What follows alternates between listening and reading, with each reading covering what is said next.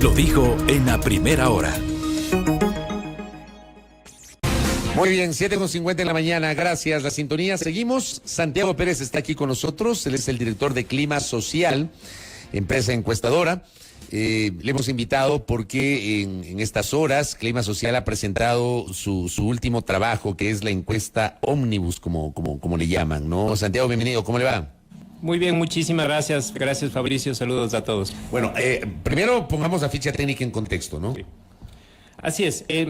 Esta es la primera encuesta que nosotros hemos divulgado. A pesar de que hemos hecho bastante investigación anteriormente, nos parecía que era muy importante esperar un poco hasta un momento previo al inicio de la campaña electoral para tener una cierta idea de por dónde parten las candidaturas. La encuesta que vamos a presentar fue realizada entre el 27 de noviembre y el 1 de diciembre. Estamos hablando más o menos un mes antes del inicio de la campaña y 2 meses antes de las elecciones. Exactamente, más o menos, sí, más o el menos. punto de partida.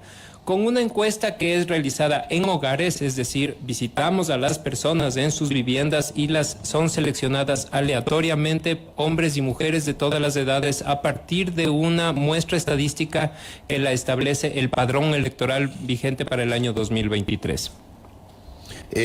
Correcto, del 27 de noviembre al 1 de diciembre. ¿Cuántas entrevistas, cómo lo hicieron? ¿Fueron face to face o cómo? Sí, ¿Cuál fue la encuestas directamente realizadas en hogar por nuestros encuestadores que llegan a los lugares, y de hecho ahora tenemos la innovación de visitarles y registrar georreferenciadamente en el dispositivo en donde levantamos la información, y ahí podemos ver en la presentación, que además pueden consultarla a través de la página web de Clima Social, de las redes sociales de Clima Social, y pueden entrar a una presentación interactiva. Las muestras son variables para Quito, Guayaquil, Cuenca, y también para una porción para el resto de Pichincha y para el resto de Azuay, para hacer una evaluación de las prefecturas. Empecemos antes de la parte de candidaturas, empecemos con la calificación de la gestión del presidente de la República, que ustedes también han preguntado. ¿Cómo está la imagen, la calificación de gestión del presidente Lasso? Sí, es importante esta medición porque esto nos establece una medición del escenario antes del proceso electoral.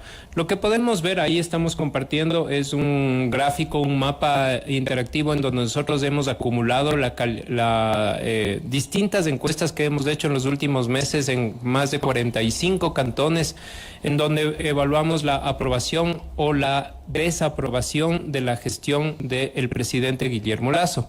Y también podemos ver solamente la línea de evolución para mirar un caso, en el caso de Quito. Lo que encontramos es que en general la calificación del presidente Guillermo Lasso es negativa en todos los cantones en donde nosotros hemos evaluado en los últimos meses su gestión. Más del 70% en casi todos los casos evalúa negativamente, mal o muy mal, la gestión del presidente, y esta ha tenido una evolución negativa, como podemos ver en estas líneas que se ven ahí. La línea azul es la que reflejaba la calificación positiva. En el caso de Quito tenemos una primera medición en septiembre del año 2021 donde la calificación, la aprobación era del 72%, la desaprobación del 24%, y vemos cómo va cambiando esa línea, va bajando la aprobación, y ahora tenemos una desaprobación de 76% con una aprobación del 20% solamente para el caso del Cantón Quito. En general podemos mirar que eso se mantiene en prácticamente todos los cantones en donde hemos evaluado, cantones tan distintos como Cascales, Paján, Pedro Carbo, Chillanes, San Pedro de Huaca, que nos habla de una diversidad tan grande del país, pero que en todo caso podemos evaluar que esta evaluación se presenta más negativa que positiva en todo lado. ¿Cómo lee, Santiago Pérez, esa cifra de calificación del presidente, este declive en la calificación de gestión positiva del presidente Lasso? Me parece que tiene que ver con al menos dos señales fatales que ha expresado el gobierno. Primero, una sensación de que es un gobierno que no responde al interés de las mayorías. Esa es la lectura, esta es la sensación, que responde más bien a intereses privados, y también un gobierno poco eficiente en cuanto a su gestión. Entonces, ¿esto qué nos hace? ¿Qué nos lleva a pensar? que un gobierno que tiene una credibilidad cuestionada no necesariamente va a salir bien parado ahora que ha presentado la consulta popular, y es posible que el referéndum, la consulta popular, se convierta en realidad en un plebiscito a favor o en contra del gobierno. En realidad van a estar en juego estos dos relatos, ¿no? Quienes insisten en que se vote por el contenido de las preguntas, sí o no, dependiendo de cada una de ellas, o quienes también insisten en que se vote todo no en contra del gobierno. Y eso vamos a ver qué es lo que va a pasar en las próximas semanas, cómo se va dibujando este relato. Entremos entonces en la parte de simulación de voto. Han simulado la prefectura de la provincia de Pichincha si las elecciones fueran hoy. ¿Qué dicen esas cifras? Sí, lo que llama la atención del gráfico de la intención de voto para la prefectura de Pichincha. El gráfico de la prefectura, perdón, Santiago, el gráfico de la prefectura, Roberto Carlos, el de la prefectura, por favor. No, más adelante, por favor. Sí, es el que está más adelante. Sí. Cuando miramos este gráfico llama la atención que hay un grupo muy importante que todavía no está, el primero de la derecha arriba, ¿no? Que hay un grupo que todavía no ha decidido. 28% dice que no ha decidido por quién votar para prefecto de Pichincha, el 23% dice que no le gusta ninguno de los candidatos. Luego, quienes ya expresan un voto efectivo por Paola Pavón, candidata a la reelección de la prefectura por la Revolución Ciudadana, 14.7%, y Guillermo Churuchumbi, candidato de esta alianza la alianza en la que está participando Jorge Yunda y Pachacutic, 11.7%, ¿no? Luego tenemos a otros candidatos que tienen un porcentaje menor, Eduardo del Pozo, 6.5%, y el resto de candidatos que tienen menos del 3% o menos del 3%. Entonces, una candidatura que tiene dos figuras en este momento en la palestra, y eso todavía está por confirmarse que sea así, pero me parece que esta es una contienda que se presenta en ese sentido. Pero, por ejemplo, ahí hay un 28.1% de indecisión que podría modificar esta simulación que acaban de presentar. Sí, totalmente. Me parece que en este punto lo que tenemos es el estado de inicio antes de la campaña de las candidaturas, en las que tenemos a una prefecta, Paola Pavón, que parte de inicio primera, con una distancia no tan grande con el segundo contendor, que es Guillermo Churuchumbi, que es el actual alcalde de Cayambe, que se presenta para la prefectura, y mucho por decirse todavía en esta campaña. Correcto, ahí tenemos Pichincha. Guayas. En el caso de Guayas, el escenario es similar en algunos aspectos, pero también diferente en algunos.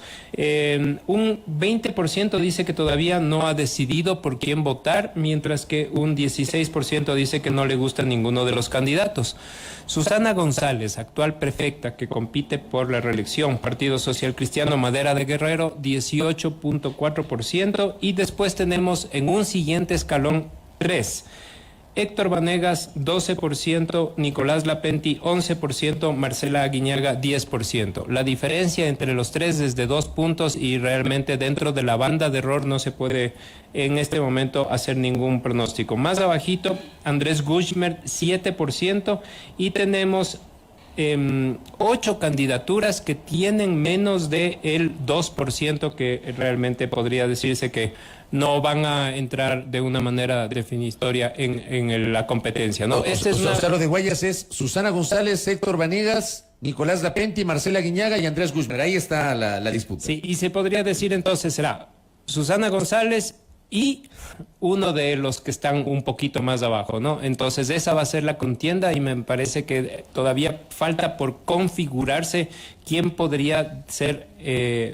Ya tenemos la candidata que representa al oficialismo en el caso de Guayas, Partido Social Cristiano, y quién va a ser el contendor o la contendora entre esas opciones que hemos mencionado. Igualmente, ese porcentaje del 19.7% de indecisión ¿puede ser decisivo a su vez, Santiago? Decisivo, sobre todo tratándose de un territorio en donde ha habido un dominio hegemónico del Partido Social Cristiano, en el que, acordémonos siempre, al inicio de las campañas empezaban con un favoritismo mucho más amplio que el que tenemos actualmente. vamos a ver qué es lo que pasa en las próximas semanas, cómo se configura este escenario electoral. Vamos a la provincia de Azuay, que también tenemos en el gráfico, en donde vemos una barra roja ahí de Marcelo Cabrera, ¿no? Así es. Y también aquí quisiera mencionar que encontramos, tanto en Azuay como en Cuenca, muchísima indefinición todavía. Si sumamos... 22%. Si sumamos a los que dicen que no han decidido, que son el 22%, y no les gusta ningún candidato, 21%, tenemos el 43%. Casi la mitad no quiso escoger a ningún candidato. Marcelo Cabrera, 22%, es el candidato de la Alianza Azuay primero. Juan Cristóbal Lloret, de la Revolución Ciudadana, en segundo lugar con 10.4%. Dora Ordóñez con... hagámoslo con Chungo, se llama la alianza, 6,3%, y los otros candidatos con 4% o menos. Me parece que aquí hay un exprefecto, exalcalde, una figura muy conocida que tiene esa ventaja por las otras... Y exministro, ¿no? Y exministro además. Entonces, ese es el punto de partida y vamos a ver cómo se comporta en las próximas semanas este indicador. Correcto. Dejemos la prefectura, vamos al tema de alcaldía, Roberto Carlos. Alcaldías de Quito, de Guayaquil y de Cuenca. Empecemos con la de Quito, Santiago. Alcaldía de Quito dice que no ha decidido todavía, 21%, y no le gusta ninguno, 14%. Ahí a continuación tenemos un porcentaje que es muy cercano. Pavel Muñoz, de Revolución Ciudadana, 15.9%. Jorge Yunda, de la Alianza Juntos por la Gente, 13,7%. Luego tenemos Pedro Freile, 8%. Andrés Páez, 7%. Luz de Elena, 5%. Luisa Maldonado, 4%. Omar Ceballos, 3%, y de ahí el resto de candidatos que están por debajo del 2.5%. Lo que yo podría decir es que la distancia entre quien aparece primero en esta encuesta, que es Pavel Muñoz, 16%, y segundo, Jorge Yunda, 14%, es tan pequeña que cabe mirar un poquito más en profundidad de dónde vinieron estas personas que escogieron a estos candidatos. La votación de Jorge Yunda es muy popular, sobre todo jóvenes también, bastante, y me parece que ese es un nicho en donde tiene él mucha afinidad, y con su capacidad comunicacional y todo esto, me parece que es un candidato que tiene una importante penetración. En cambio, el candidato de la Revolución Ciudadana, Pavel Muñoz, representa una votación de esta tendencia política que tiene una base sólida de votación, como podemos ver. Sin embargo, el resultado está todavía por decirse, porque en el caso de Quito tenemos a estos tres candidatos que están en este siguiente escalón, que son Freile, Páez, Luz de Elena Coloma, que se disputan un electorado más o menos similar. Pero déjeme decirle algo, esta es la primera encuesta que yo veo que no la lidera Yunda, más allá del porcentaje y del margen de error. En todas las otras encuestas Yunda estaba primero, pero esta es la primera que veo que no lidera Yunda. Sí, yo no diría que dice nada todavía, porque la diferencia no es tan grande, y podría ser que haya una cierta dificultad, se podría decir, en determinar el voto verdadero de Jorge Yunda. Ya lo ha demostrado en las pasadas elecciones, que los pronósticos daban una intención de voto menor a la que finalmente obtuvo Jorge Yunda. Entonces, de eso me parece que no hay como descartar. Probablemente personas que o no quieren decir, o ocultan, o simplemente también están ubicadas en los sectores de más difícil acceso de la investigación. Pasemos a Guayaquil. Sí, en el caso de Guayaquil, para alcalde de Guayaquil tenemos primero Cintia Viteri, 28%, y luego tenemos a Jimmy Jairala con el 18%. Diferencia entre primero y segundo de 10%, y después Aquiles Árvales 12%. Entre el segundo y el tercero tenemos 5 puntos de diferencia. Y nos ponemos a ver que ahí, a pesar de que existen menos personas que se manifiestan indecisas en este momento, que son el 13% y un 19% que no les gusta ninguno, ya está más configurado el escenario político. Sin embargo, todavía muchas cosas pueden cambiar debido a esos casi 3 de cada 10 que todavía no están escogiendo a ninguno de los candidatos. Pero ese porcentaje de Cynthia Viteri, usted que obviamente se dedica a estos menesteres, Santiago, me parece que es el más bajo desde 1992, cuando los socialcristianos ganaron su primera alcaldía con el ingeniero Febres Cordero. No sé si es así, en cuanto a intención de voto, digo. Sí, tengo muchas reflexiones a propósito de qué es lo que está ocurriendo en Guayaquil. Indagado sobre qué prefieren las guayaquileños y guayaquileños, muchos dicen este es el momento de un cambio del modelo social cristiano. Yo diría que más de la mitad está inclinado desde ese punto de vista. Eso no quiere decir que Cynthia Viteri no pueda lograr la reelección, puede lograrlo con una votación, pero probablemente esta va a ser menor que la que habían tenido en las pasadas elecciones los candidatos socialcristianos. O puede ser también que uno de estos dos candidatos que despuntan un poco, que son Jairala o Aquiles Álvarez de la Revolución Ciudadana, puedan convertirse en una alternativa al cambio de lo que está buscando una buena parte del electorado guayaquileño.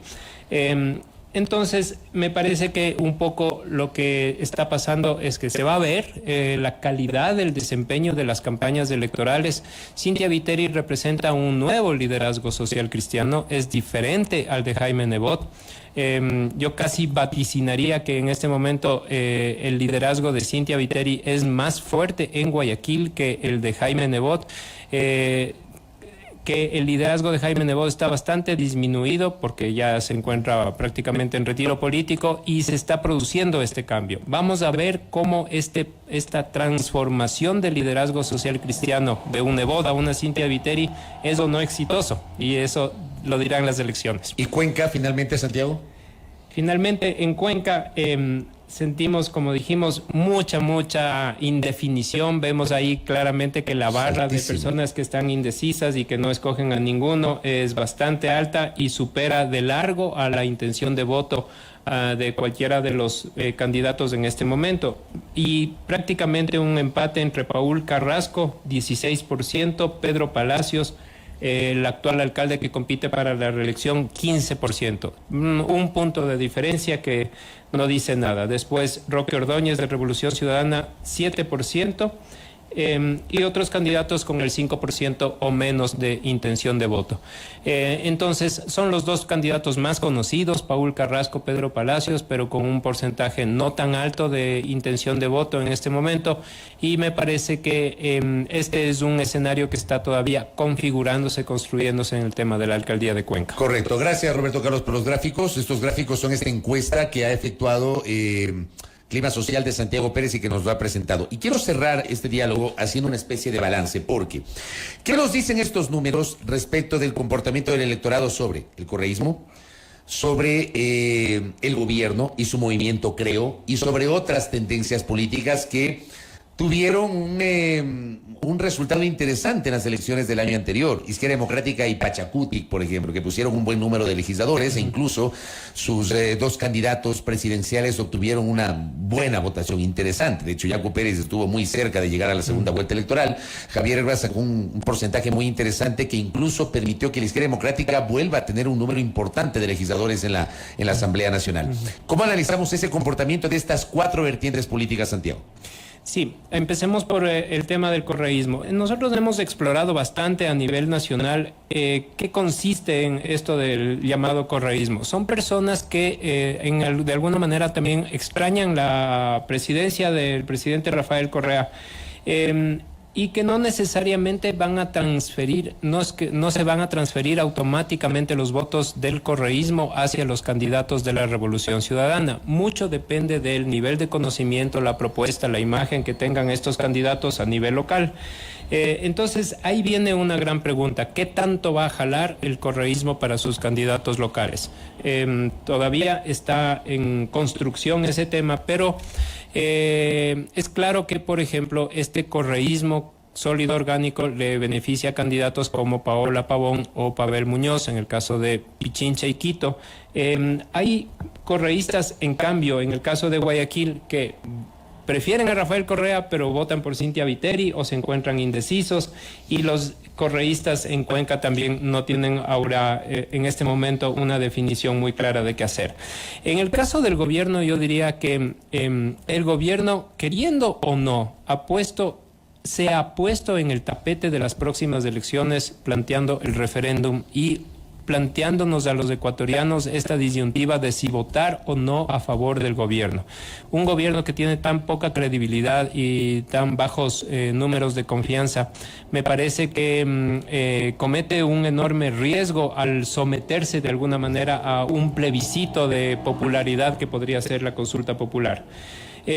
Vemos que en el caso de la figura de Leonidas Issa, que es un personaje político que se ha mantenido vigente, que se ha mantenido presente, que hace acción territorial, se mantiene vigente, y eso se refleja en la intención de voto para presidente, en el que vemos a un Leonidas Issa siempre presente, y en algunos lugares del país como Sierra Centro, Sierra Sur también con una importante presencia.